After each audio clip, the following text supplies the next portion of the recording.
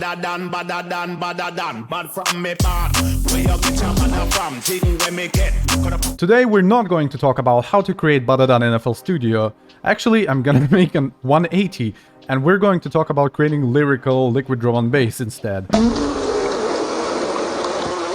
Let's be real! How can you be more late to a Badadan tutorial? Like, the hype train has moved on, it's now somewhere else. So as I usually do, instead of focusing on hype and things that could make my YouTube channel explode, I'm gonna do something I'm actually semi-good at, which is liquid drum and bass, and at least it's going to help you guys out, because I know what I'm talking about. Nowadays it's become a lot more complicated with liquid drum and bass, because the drums are so all over the place. It's either too old, or it's super innovative. Like, that is how much modern tracks differ. Some of the tracks have the best drums ever.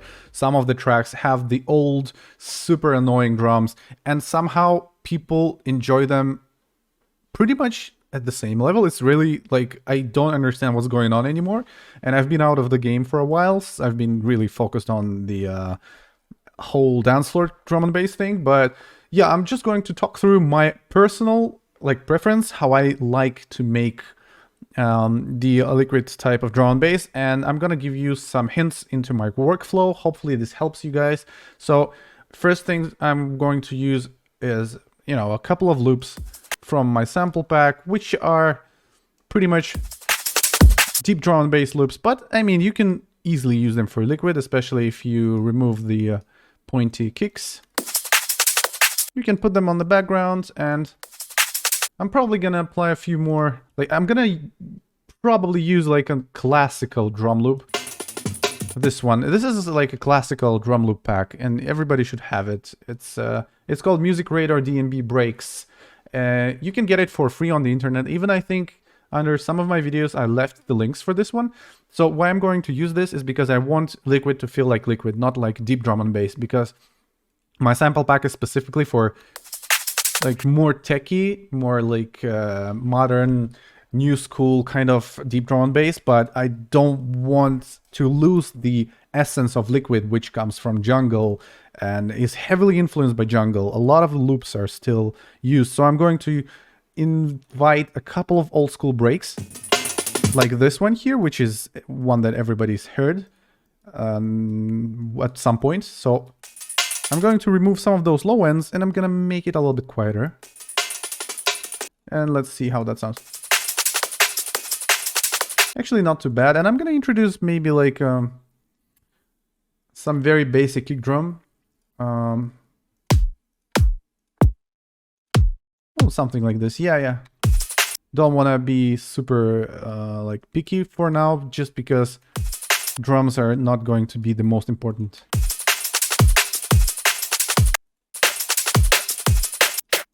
This is pretty cool, but I don't like how it's changing the tone in the end. So maybe like this. Yeah, this is pretty cool. So I'm gonna place the kick drum on the third mixer track and the rim shot on the fourth to make sure that we control the loudness, okay? So now we're gonna apply soft clipper on the master channel and a limiter. So I was thinking about what I want next for this song, and I really genuinely want to play some piano and see what happens. So for this, I'm gonna open this little Labs Spitfire piano, which is like a really cool one. It's also for free, and I'm gonna use Valhalla Shimmer.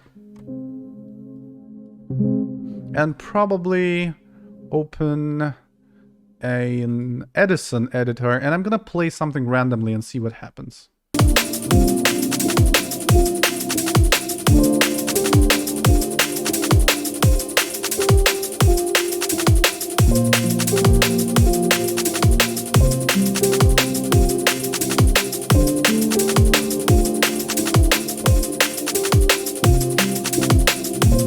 So I think I'm gonna use some parts of this piano, either for atmosphere or for something else in the song, but let's see what happens. Ooh. I genuinely like it, and I'm gonna put it on a separate mixer track now and maybe remove some of the low ends. And see if I want to add like a transition in the second part of the 4-bar loop. Let me choose a random slice position.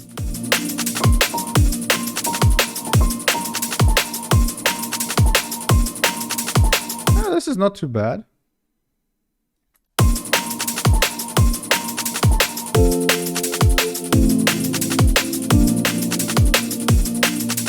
And I can actually make a copy of this little piece right here. Make unique, reverse, and let's suck it back in. Oh, this is pretty nice.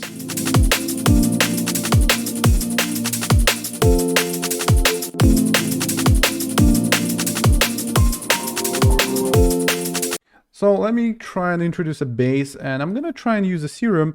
Even though serum is kind of too predictable with the basses, and they don't sound that interesting, I'm still gonna use this one because I really want that controlled bass for this track. So let's see what happens. Probably gonna use a sine wave and another sine wave. Wow. We are in a really good key, actually, so I chose a good key here.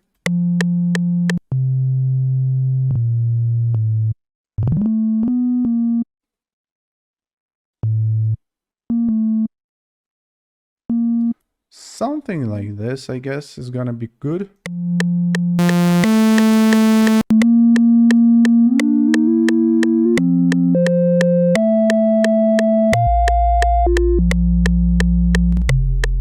So I'm gonna use this one for modulation.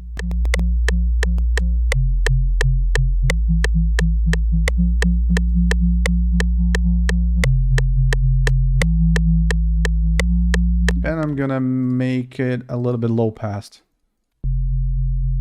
So I'm gonna play with the cutoff. The attack is a little bit clicky, so let's remove some attack. And add a little bit of that distortion as well.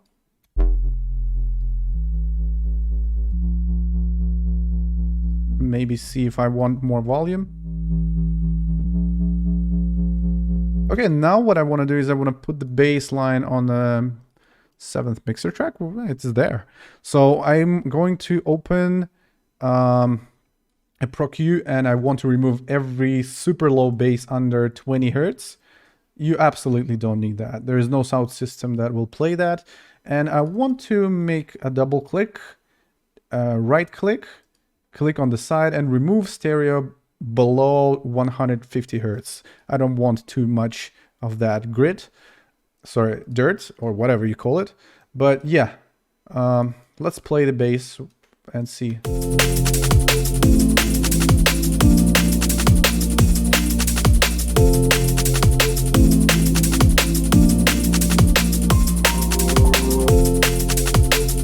That's interesting. I mean, it's lyrical, it's pretty cool, kind of generic, but I mean, it's just an idea that we're throwing together. So let me add some aggressive limiting to make loudness.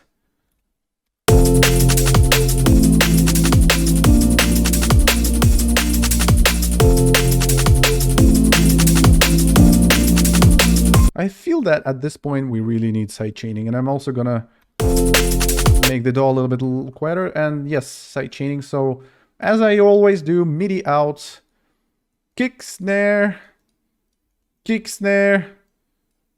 drop it into the playlist, and I'm gonna add a kickstart on the bass mixer track right here.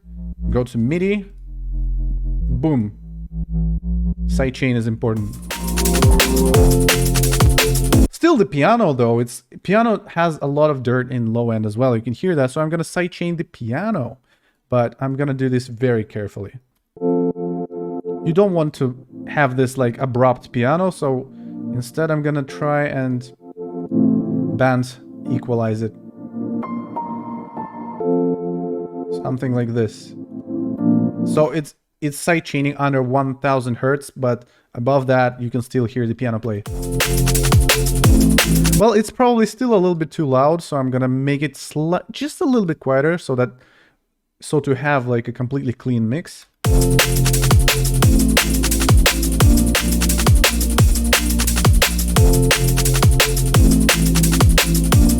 Let me remove some of that extra low end on my kick drum as well. Yep.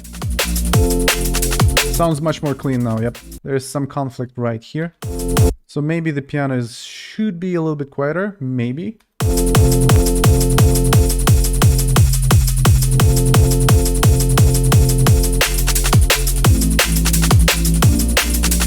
Or maybe the bass, because it's a lot of bass. So actually, for some reason, for liquid drum and bass, I like F sharp key much more than I like F. So I'm gonna try and change to F sharp and see if that changes the sound. So this sample as well.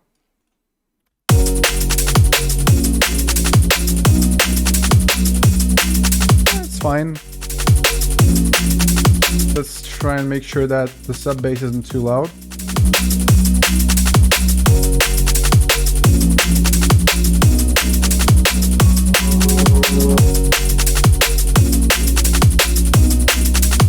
So yeah, for now I think that is like a good idea, and I'm gonna throw together a really simple arpeggio, but for this I want to use Dune 3 because it has amazing bangs. You can also make really amazing sounds here. I think some sounds are way better with this plugin than they turn out to be, like so much more juicy than they are with Serum or other plugins, that it's just the difference is, it's actually really, it's like insane.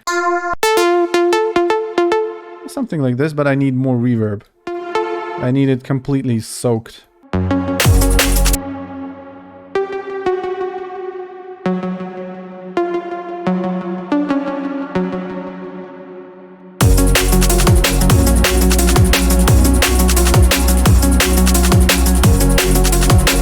This is pretty cool. I mean, it's just a simple sawtooth, but the way that Dune works, it just sounds so much better. You can hear that.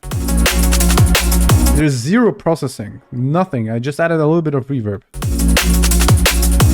So I'm gonna add like a heavier low pass, and I'm gonna add a timeless. It's really cool. Timeless is a great delay, and I often just use this very first default preset because it's amazing. So I'm gonna load even more reverb. This sounds so amazing. I'm so happy how this turned out. Now let's hear this one more time. And I'm gonna play around with the filter.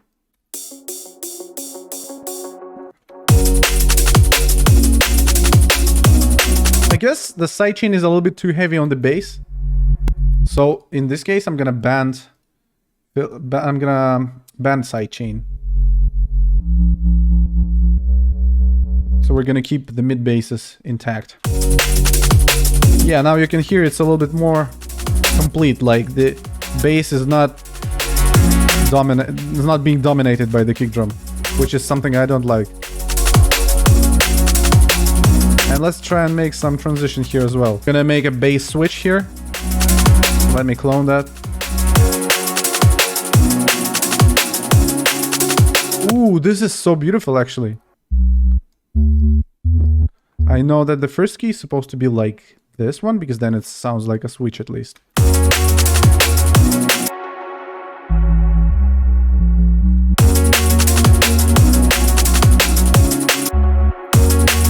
Ooh, this is amazing actually. I really like my liquid drum and bass to be a little bit sad, melancholic, lyrical, something like that. What I would normally do if I were to develop a track like this, I would probably make another instance of a piano and play on top of it. So I'm going to quickly give you an example of that. So I'm making a separate instance because I want it to sound a little bit more dry. I don't want a really reverbed out signal, because the piano that we have in the background is there to create the atmosphere.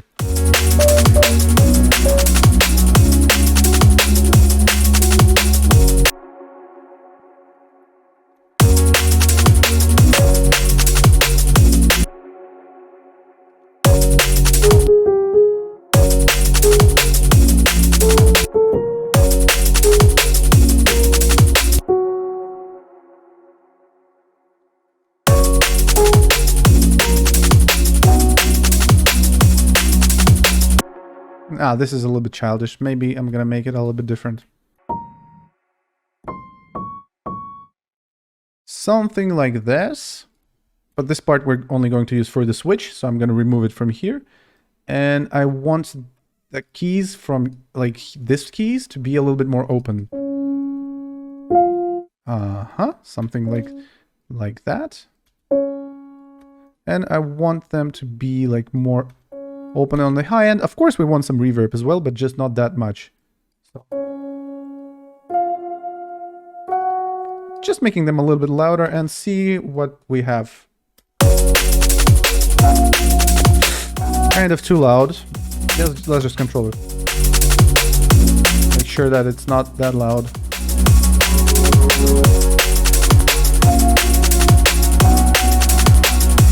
That's the reverb.